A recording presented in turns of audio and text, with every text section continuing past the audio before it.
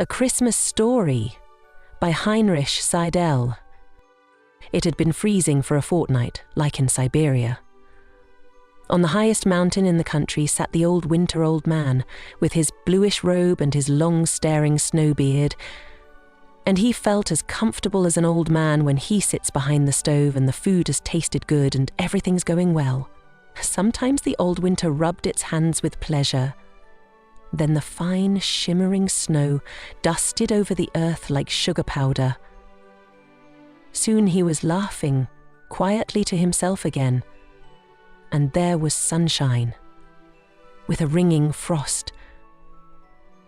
The piercing breath of his mouth came from him, and, where he swept over the lakes, the ice split with a long, thundering roar, and where he blew through the woods, ancient trees cracked from top to bottom.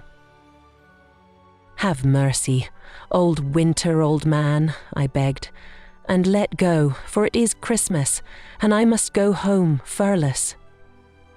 The old man felt a human emotion, leaned his back against the ancient oak that stands on the high mountain, closed his eyes, and throttled a little. So I reached my mother in my native city without danger. Blessed is he who still has a safe place in the wide world, where he knows himself loved, where the faithful eyes of his mother look upon him, which already rested on him full of love when he was still small and helpless on her lap. Here I am again in the small, well-known rooms, and the friendly eyes never tire of looking at me. I must tell you how I fared, and even the smallest thing is not too unimportant. Then my brother Herman, the primate and naturalist, storms into the room, and no sooner has he greeted me than he says, "You, Edward, the ice holes on the big lake are teeming with northern ducks that spend the winter here, and I have again observed kingfishers at the castle garden stream. Polly, the brown-spotted quail dog, an extraordinarily educated animal and pupil of my brother, jumps up on me in exuberant joy of recognition, and must immediately show his newly learned arts. Then Mur, the white, yellow-striped cat, reserved as cats are, walks quietly and rubs his knee, purring. He hadn't forgotten me either. He has common sense, as my mother says, and when he sometimes sits dignified on the back of the sofa in the evening with his tail curled around his forefeet and looks attentively at one of the speakers after another, my mother often cries out suddenly, when secrets are discussed, "Speak softly, the cat understands everything." And the house is now literally teeming with secrets. Then Paul, the youngest, the senior tertian, who does not yet know that I have come, suddenly appears in the doorway, carrying something lightly wrapped in the paper in his hand. But no sooner has he caught sight of me than he jumps out again in horror, instead of greeting me, and only returns after some time without the parcel with a cheerful smile. "Fine skating rink," is his report. "We walked to Nusswörde yesterday. The big lake is completely closed. Then everything in the whole house will be revised, the old, whether it is still the old, and then the new. All the familiar nooks and crannies from which memory smiles, the old books from which the magic of poetry blossomed for the child's mind.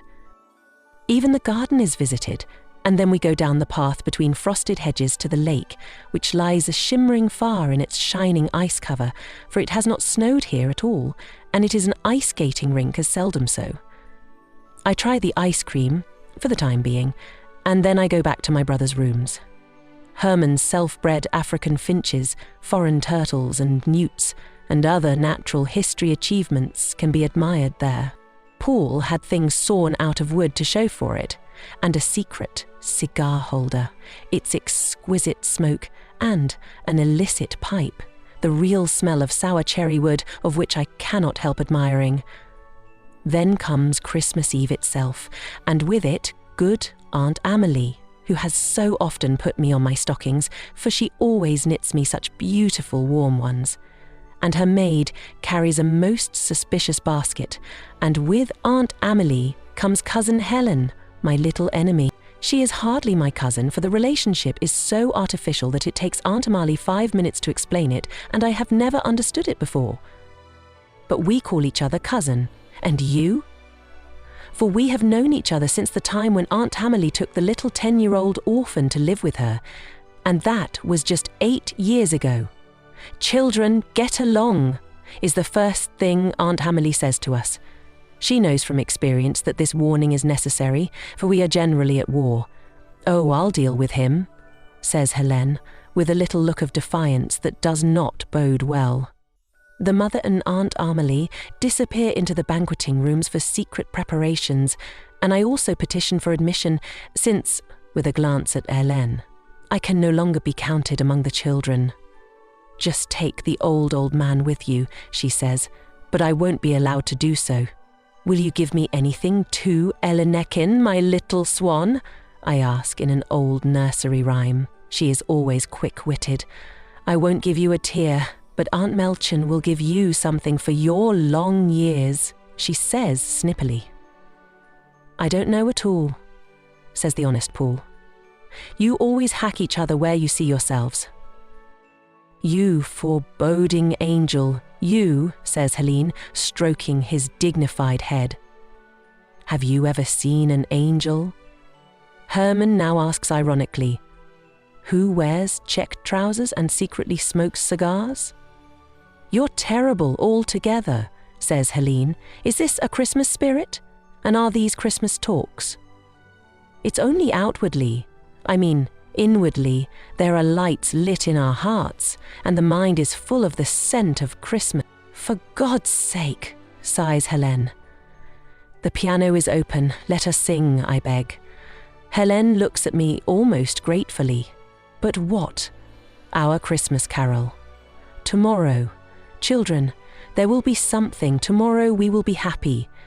And now it is sung, the old harmless song, which really no longer fits at all, since this tomorrow is already today.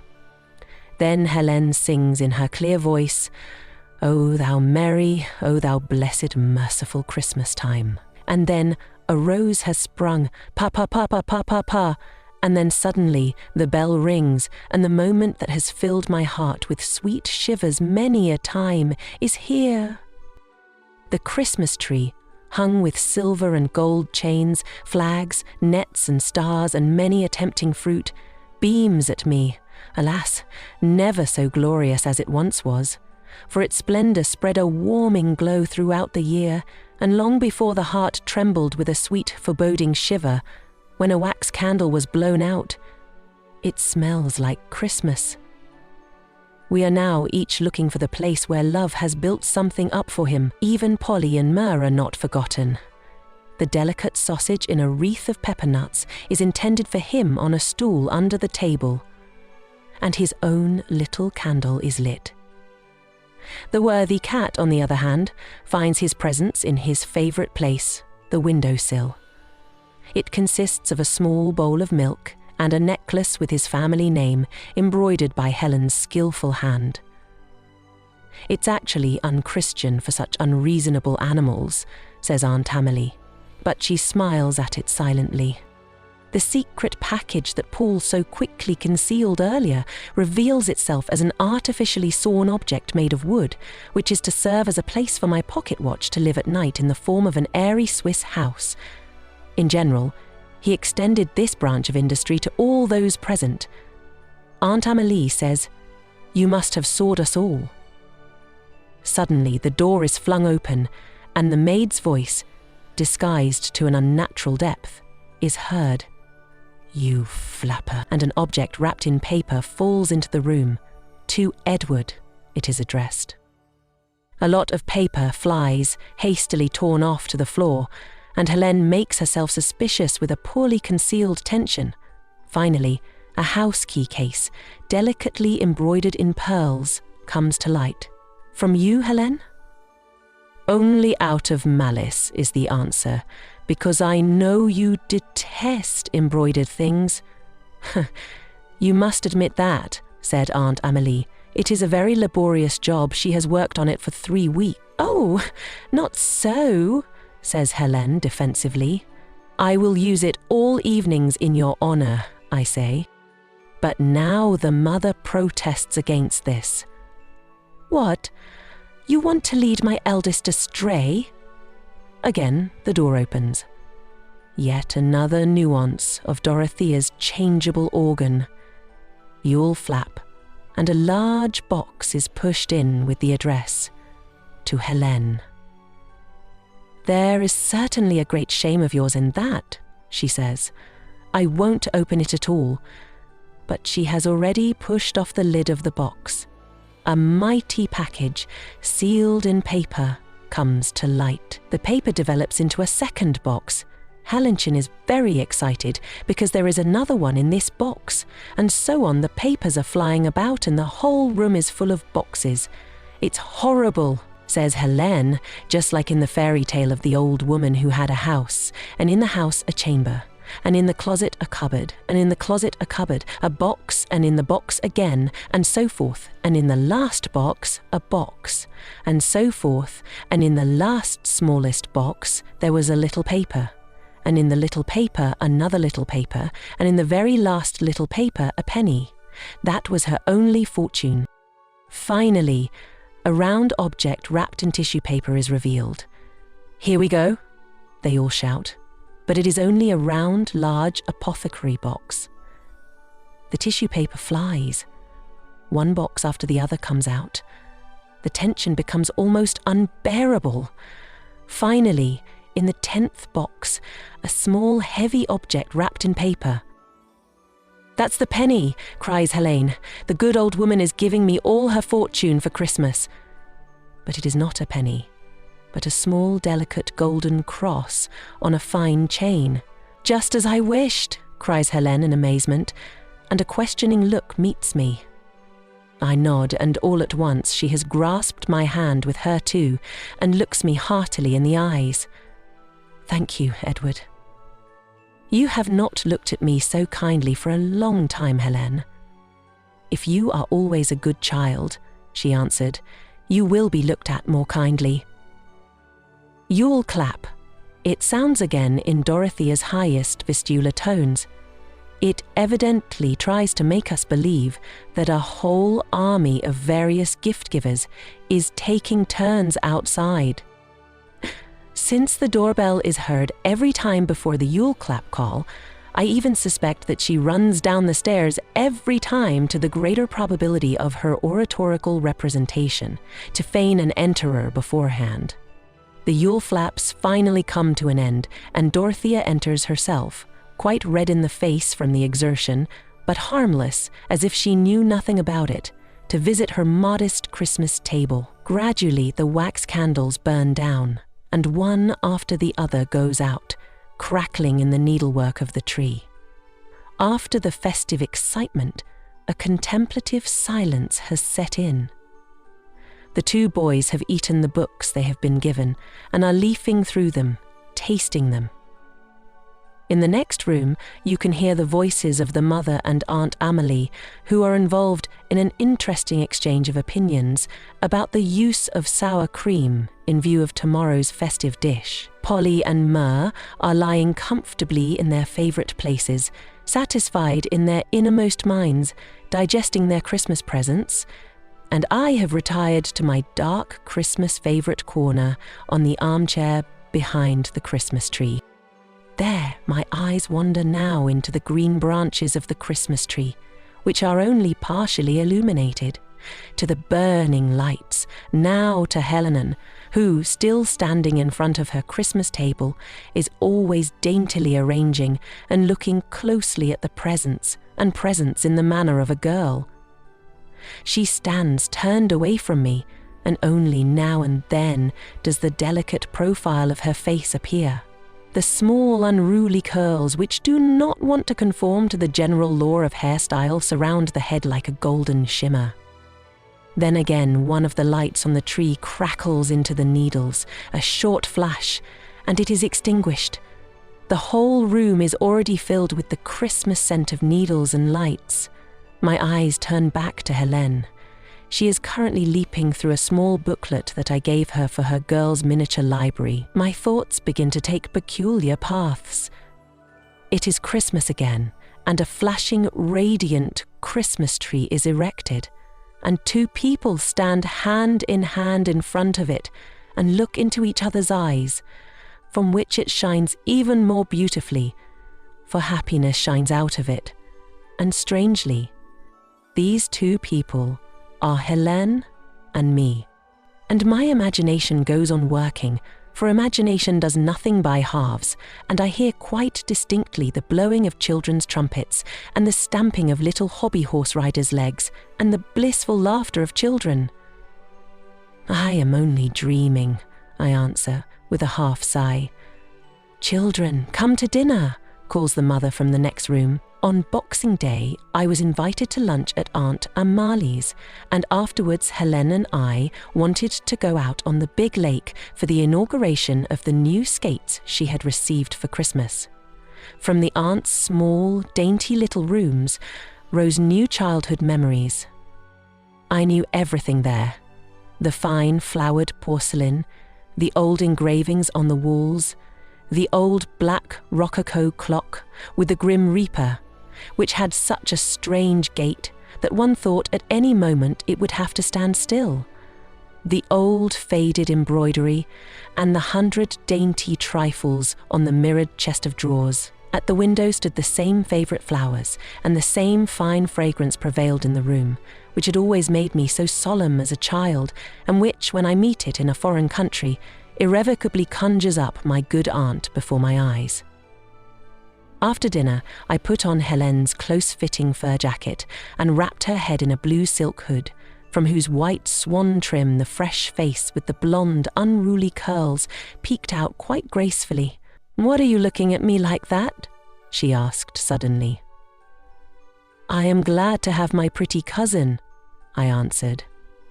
A little blush rose to her forehead, and she said quickly, "You are getting used to flattering in your old age."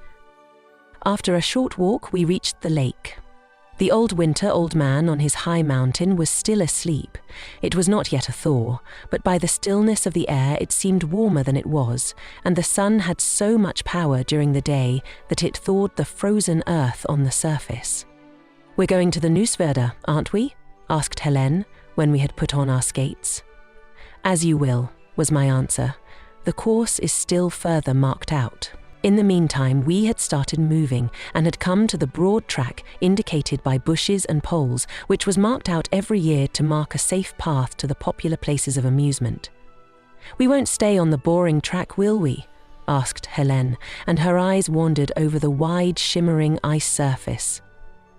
Suddenly, a cheerful babble of voices was heard behind us, and a swarm of pupils came roaring up and past us, waving their caps. One individual separated himself from them. It was Herman. "I just wanted to tell you, Edward, you'd better not go to the duck holes, and don't deviate far from the stakeout at all. There are many places abandoned by the birds, which are only very slightly frozen over and differ very little from the rest of the ice. I am only sorry that I have to run with my comrades now, or I would gladly accompany you there. I know exactly there, for I have spent many an hour there with the telescope looking after the ducks.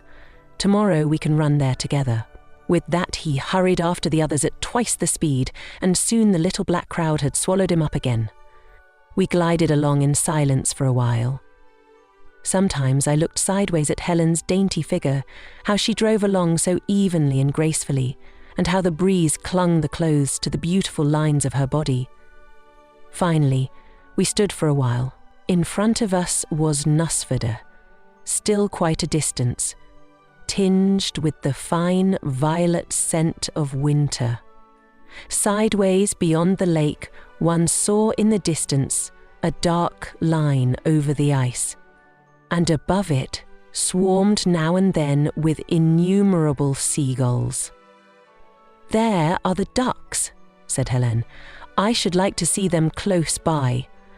"You have heard what Herman said," I answered. "Come, in a quarter of an hour we can be at Nuswerda." "I am not at all afraid," said Helene, making a small, dainty bow and then looking me straight in the face. "You are a real security commissioner. For my part, I would not be afraid. You know that very well, Helene. I was alone there last year and know the lake, but I must not do it now for your sake. I am responsible for it if any misfortune happens." "I don't want your responsibility at all," she said, throwing up her head contemptuously. "And it doesn't do you any good to disguise your timidity by such reasons. If you don't want to go with me, I'll run alone." And with that, she slowly started moving. "Helene!" I cried. She turned and looked at me mockingly. "Will you come with me? I'll pull you out if you fall into the water." "You offend me on purpose, Helene," I said quietly, "and that's not nice of you. I give in, but only on one condition, that you will not deny me. I always stay 10 paces in front of you so that I know you are sufficiently safe." Her eye suddenly lit up, but she did not answer, but only bowed her head in the affirmative, and we set off in the agreed manner. There was an upset between us now, and no one wanted to start talking. The ice was smooth and virgin where we walked, and of that dark glow that indicates the depth of the water. All around it was quiet, except for the incessant sound of the skates.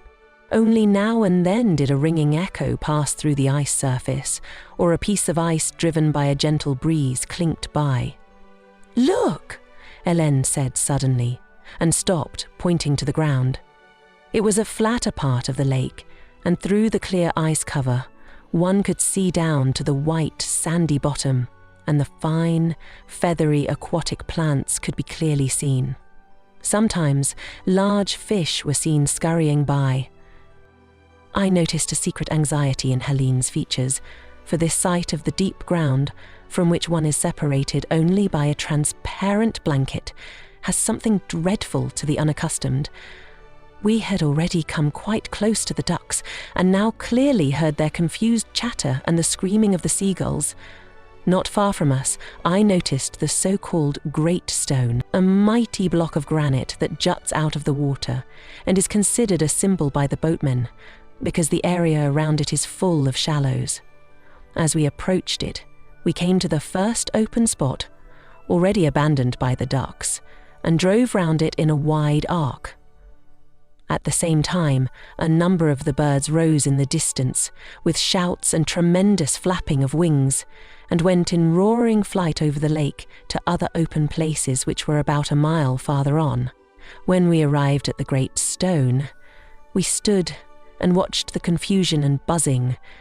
The rather large expanse of water was covered with thousands of northern ducks, mainly swift ducks and long-tailed ducks, which had taken up winter quarters here, considering our north is their south.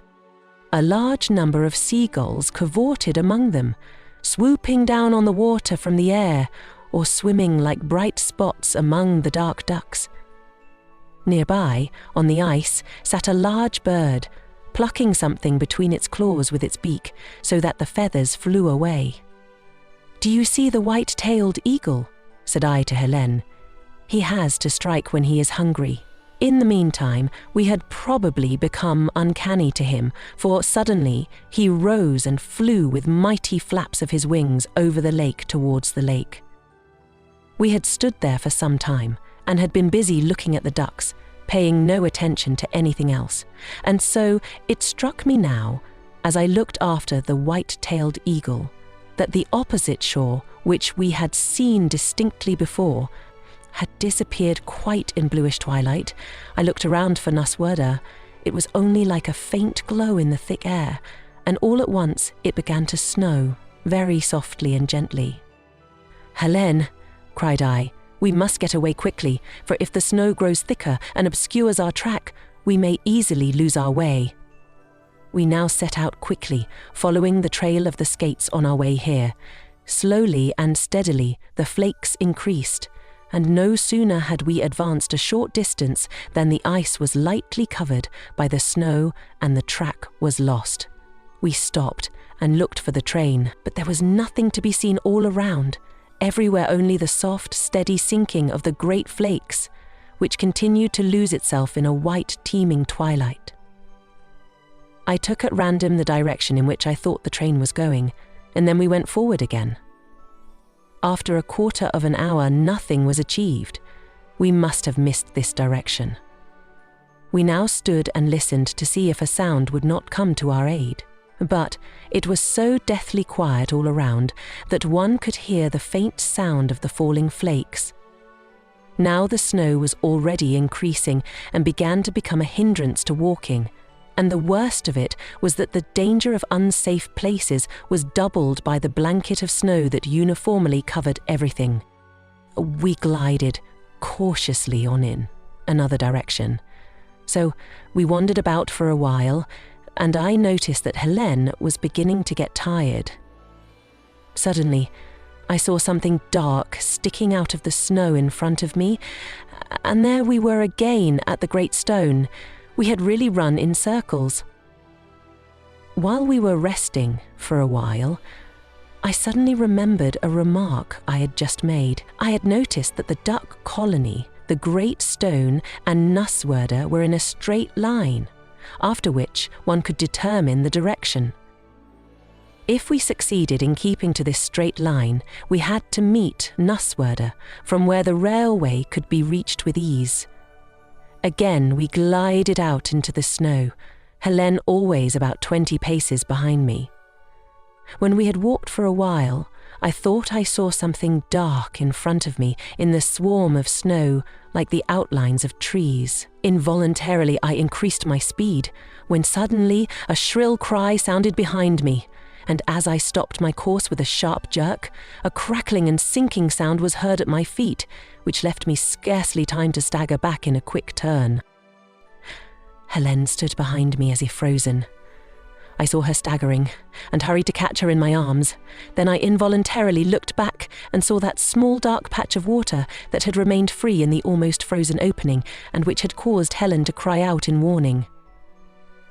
She lay on my chest and sobbed softly. "Helene," I comforted, "it's all right." She suddenly threw her arm around me and cried passionately, "I will never tease you again, Edward, never again." I felt the beautiful figure in my arms. Her bosom heaved against mine, and I bent down to her and asked her softly, "Not even then, Helene, when we shall always be together, always?" She raised her head almost in amazement and looked questioningly into my eyes. There she might well read the right interpretation, for slowly a blush rose in her pure face, and she hid it again on my breast. It was a small pause, while I gently pressed her to me. "Not even then," she whispered softly. We had both forgotten that we were lost in the great solitude of the snow flurry. What did we care that we had lost the way when we had found the more beautiful one for our hearts and for our lips? "Edward, Helene, Helene, Helene, Helene, Helene!" cried suddenly from a distance, and we parted almost frightened. And again it called. I recognized my brother's voice. I answered, and a many-voiced shout of jubilation was the result. Then, after a while, I saw the dark figure of Hermann emerge from the snow, and then came a second figure, and a third, and so on, all of them, as I noticed as I approached, strung on a long rope, to which they had spread out at intervals, while the last wingman paused the course. They had happened to watch us with a telescope from the high-altitude inn they had visited, and knew that we must be on the ice, surprised by the snow. So they had requisitioned the innkeeper's long clothesline in order to be able to visit us with certainty. When we arrived at home at our mother's house, who had already been waiting for us with anxiety, Hermann, who had been initiated on the way, called in through the door, "Yule flap!" and Helene and I entered the room hand in hand. A glance of the mother's eyes was enough, and her arms encircled us both. "My favourite wish," she said happily, "and you wicked children have done so, and what will Aunt Amélie say?" Holiday tales for cozy nights start on December 1st and run until December 26th. If you like these stories, subscribe to my channel and click on the bell so you don't miss any new stories in the future.